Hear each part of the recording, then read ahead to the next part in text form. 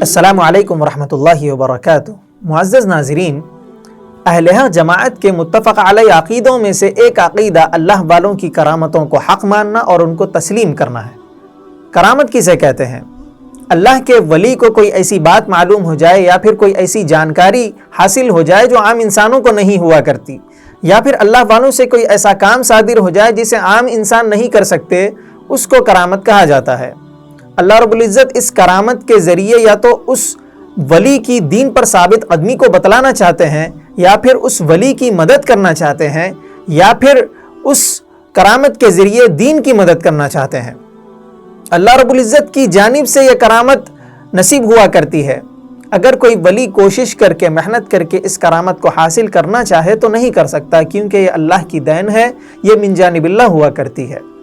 چنانچہ علامہ حمیری رحمۃ اللہ علیہ حدائق الانوار جلد نمبر 1 صفحہ نمبر 136 میں یہ ارشاد فرماتے ہیں، اجمع اہل السنہ علی ان کرامات الاولیاء حق، کہ اہل حق جماعت کا یہ متفق علیہ عقیدہ ہے کہ اللہ والوں کی کرامتیں سچ ہوا کرتی ہیں، یہ برحق ہیں۔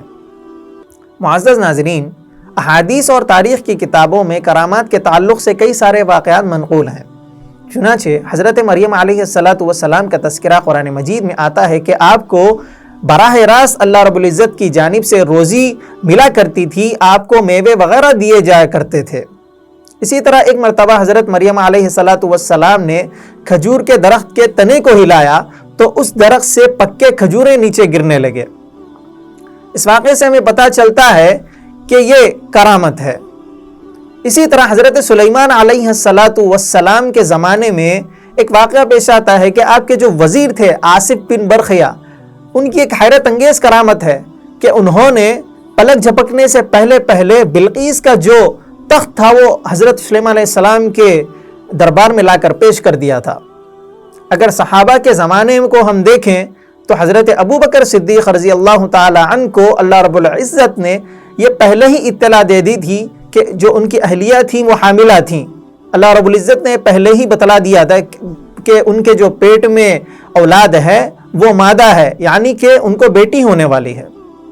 اسی طرح حضرت عمر فاروق رضی اللہ عنہ کے زمانے میں ایک واقعہ پیش آتا ہے کہ ایک مرتبہ آپ جمعے کے دن ممبر پر خطبہ دے رہے تھے اور آپ نے فرمایا کہ یا ساریۃ الجبل، کہ اے ساریہ پہاڑ کی پناہ لے لو، پہاڑ کی جانب میں آ جاؤ۔ تو لوگوں کو تعجب ہوا، پوچھنے لگے یا امیر المؤمنین آپ نے اس طرح کیوں کہا؟ تو حضرت عمر فاروق رضی اللہ تعالی عنہ نے فرمایا کہ مجھے ایسا ظاہر ہوا، مجھے ایسا دکھلایا گیا کہ حضرت ساریہ کے آس پاس دشمن ہیں، تو میں انہیں کہا کہ جو ہے وہ پہاڑ کی پناہ لے لیں۔ اور پھر تعجب کی بات تو یہ ہے کہ حضرت عمر فاروق رضی اللہ تعالی عنہ ایک طرف ہیں اور جو حضرت ساریہ کے ساتھ جو واقعہ پیش آ رہا ہے وہ میلوں دور ہے۔ اس کے باوجود حضرت ساریہ کو حضرت عمر فاروق رضی اللہ عنہ کی آواز میلوں دور سنائی دیتی ہے۔